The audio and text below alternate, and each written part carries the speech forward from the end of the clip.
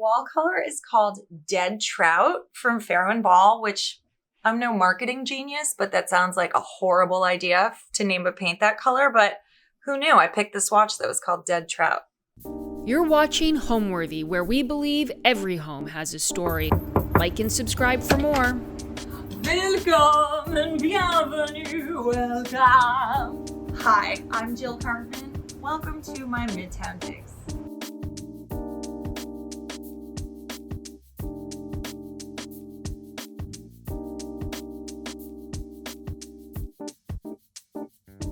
So this is the kitchen. It has a pizza oven, and it's the broker who brought me in said, well, obviously you would rip out the pizza oven. I was like, I'm gonna stop you right there. I have 3 kids. You don't know what the fuck you're talking about. So it made us a very popular play date in the beginning, but yeah, I'm not a really good cook, but I can do a pizza.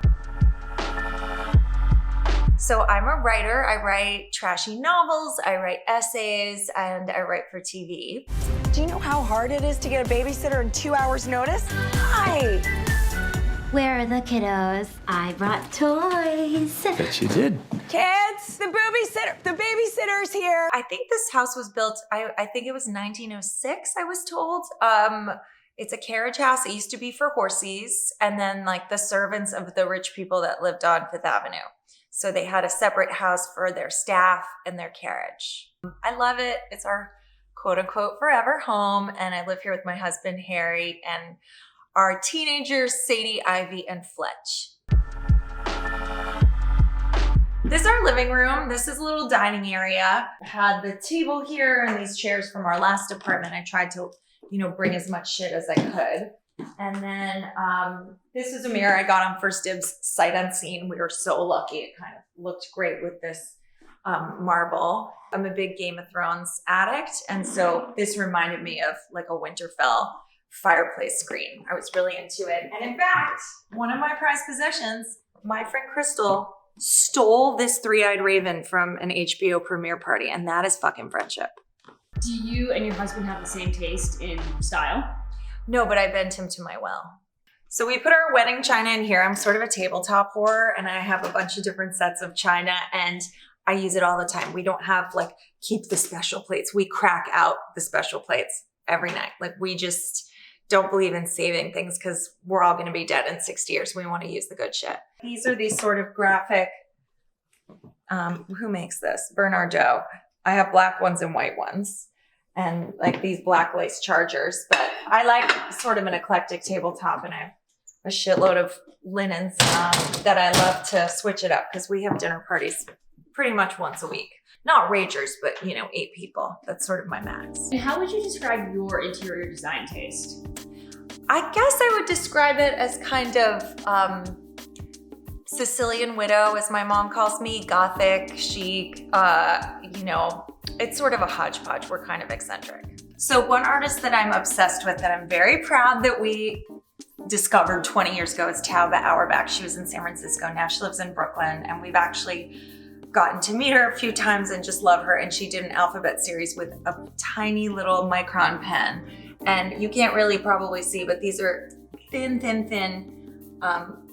just hand-drawn pen lines. And it just makes a really cool kind of gothic K that I love. We're really into art fairs. I feel like we started getting stuff, and I hate when people say collecting because it sounds so pretentious. I think it's like, I'm a collector. People are starving, but I collect. We do not collect like that. We got stuff at the affordable art fair for $200, and like artists that we were friends with, my tattoo artist who has made incredible things. And what's amazing is that we were kind of kids when we started doing that, and they've all kind of grown up. So we're very proud about some of the things we got for a couple $100 and watch their careers flourish over the 22 years Harry and I have been together. So this is sort of where we sit around with all our friends. I'm a big wine and cheese person, and my friends will come and we'll just drink and gossip.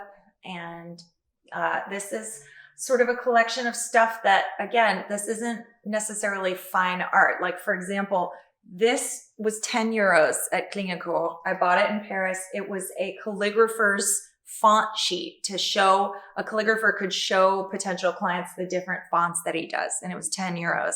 it cost me more to frame it than for the actual thing. And these are all letters that I bought in London on Portobello Road, just old printing press letters. And I assembled them together in an old printer's drawer. This is my portrait from writing for Vanity Fair with my big mouth, I guess. And, so it's a hodgepodge. It's sort of that quote unquote high-low. So this is Scott Campbell, who did 2 of my tattoos. And he's a friend and a genius and a beautiful fine artist. I think a lot of tattoo artists are really good at fine artists, but he's especially so. And he took $101 bills and he laser cut them. And the lattice work in here is so fine and detailed. I can't get over it. Sometimes I just put my nose in it and stare at it. It's breathtaking. We spend a lot of time here. We're big TV people. My New Year's resolution was to watch more TV. And above the TV, we have these weather vanes. Some of them are shitty and iron and rusted, and I fucking love them. And then in the middle of the 2 rows are x-rays of dead people's gloves that were unearthed in Hollywood in an old trousseau of motion picture costumes, and an artist x-rayed them. And I'm obsessed with them. They're sort of spooky and beautiful, and I love things that are kind of romantic and violent at the same time. And I just love our little wall, and it distracts from the monster TV. We were living 2 blocks away, and we had outgrown our apartment. We had like a classic 6, and my son was living on the couch. We were really kind of desperate, and realtors can smell desperation. And this house wasn't on the market, actually. I was walking by because I had a really small radius that I wanted. I call this area Dorito, down under Roosevelt Island tram overpass. And I was walking by, and I see this guy coming out of here with these folders. And I said, "Is this house going on the market?" And he goes, "Maybe. Are you looking?" And I said, "Maybe." And he said, "Who's your broker?" And I said, "You are." So he sort of like brought me in, snuck me in, and we kind of like did a deal off the market. So it was really fucking lucky. This is an antique teaching alphabet that my dad got me. These are little ivory squares. And because I'm a writer, I have a fondness for alphabets. And so one of my kids just put all our names on there, but I just love this. I think it's so beautiful. I love this wallpaper so much. My best friend Lauren from high school decorated this, and she found it and said, "You're probably not gonna go for it, but you're gonna die. You're gonna be obsessed with it." And I was licking it. I was obsessed with it, and we really had to splurge on it. So I could only do a really small space with it, but I appreciate it every single day. So this is collage by Carlos Iris. He's from Argentina. He basically took $1 bills and cut them into this beautiful Gothic font. And this is the lyrics of Sweet Dreams by the Eurythmics. This was my 20th anniversary present from Harry. It's a Dutch still life. I love Vanitas paintings because it's just a daily reminder that all these beautiful things you can't take with you. And we're gonna look like that guy one day. So appreciate the flowers while you have them. There's an hourglass. Appreciate every second you have. And I just love waking up to it and going to bed with it. So this bed, this we got, I feel like 19 or 20 years ago, maybe, in our 3rd apartment together. And I just love it. We spend all our time here. All 5 of us pile in here and watch Big Mouth on Netflix or whatever it is. And I just love it. It just is so cozy when you're lying in it. You feel like you're in a little baby fortress. It's so protected. So this is my office. I spend a lot of time here. I write here and do Zooms here and all that stuff. This whole thing is filled with stationery. I have many different kinds of stationery. I have some just for condolence letters because the bodies are piling up these days. I'm middle-aged, turning 48 this year. So it's really sad. Like I've had to buy condolence letter stationery. So this is my stationery region. These are little gift tags. Everything you see is by Kargman in Williamsburg. He has a 150-year-old letterpress. These are my little gift tags. My initials are next to each other in the alphabet. So it's the whole alphabet and then JK in red. And I also have the card version. And then this is my stationery with Harry. Oh, by the way, I'm not a tree murderer. All of this is cotton. It's called museum board if you're working with Kargman. So no trees killed. You're welcome. This you can't write a condolence letter on because it's like, yay, they're dead. Like I have to kind of pick. And then I have my sympathy cards. Oh, these are place cards for dinner parties. And then each kid has their own because I'm really into thank you notes. So any gift any of my kids get, they are forced to sit down and write a full 2-page, not of this thank you note where it's all scrunched up here. Like I make them write a proper fucking note. You know what? They used to hate it. And I said, manners show that you care about people and you're going to write a thank you note. Everyone in this family writes thank you notes. So we have an elevator, but I'm claustrophobic after having been trapped in an elevator in Paris, which is like a vertical coffin. So I don't go in here ever. So this is our little library, the kids' kind of reading nook. My mahjong sets live here, baby books, all the books. And I love it. It's just like a cozy little area.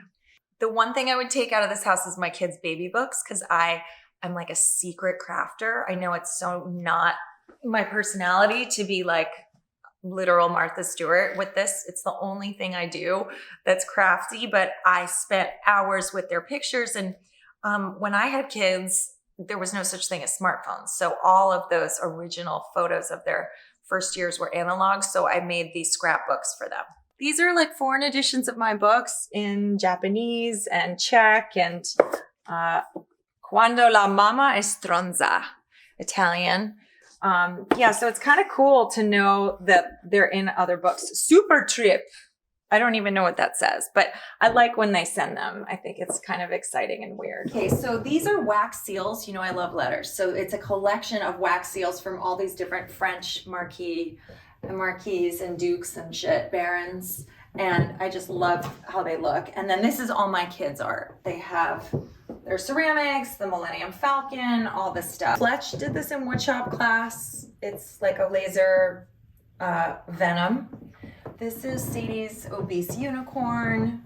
Cartman from South Park is a family favorite. So one fun thing that I copied my mom is she loves calligraphy too. So she saved all the table cards and envelopes that popped out in the mail that she just didn't have the heart to throw away. She had an ephemera box and then she made a collage and put them in a frame. And so I just copied her because I think it's so pretty. So this is our guest room. It only fits one person, but I really love it. It's so cozy and my kids aren't allowed TVs in their rooms. So sometimes if they're fighting over the TV downstairs, one of them will kind of hole up here and binge something. There's star ceiling wallpaper and then the bows here, this lattice, and then this fabulous tulip fabric she found. And I just feel like all of them together make a little cozy jewel box. Thanks for watching. For more Homeworthy content, be sure to like and subscribe.